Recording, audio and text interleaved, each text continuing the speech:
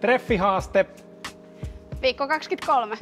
Onpas isot rypäleet. Ja pienet on ensimmäisenä aina tertuskypsiä. Niinkö? Joo. Makeuden, lempeyden ja sitten pienen loppuraksahdus, hapokkuus. Tästä tulee hyvä valkkari, mutta mä tykkään tästä kyllä syöntiinkin. Siinä näkyy puutuminen. Jos nyt tulisi pakkane, niin tämä selviäisi, tämä ei. Niin just. Okei. Ja tää on yksi, mitä mä tarkkailen täällä lajikkeista kanssa. Et tätä, jos mä nyt yhtäänkään kastelen, niin tää räpsähtää ja siinä on joku vähän reilu kilo painoa ehkä suurin piirtein.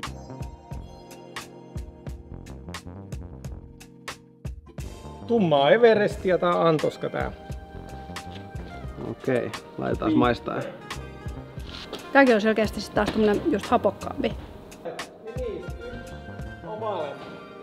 Sitten on Leon Milorivi.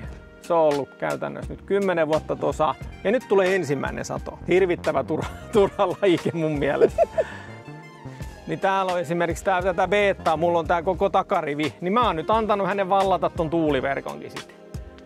Että hän saa mennä. Tosta mä saan 150 kiloa rypäleitä tästä takarivistä pelkästään. Ja siitä tulee. Joo.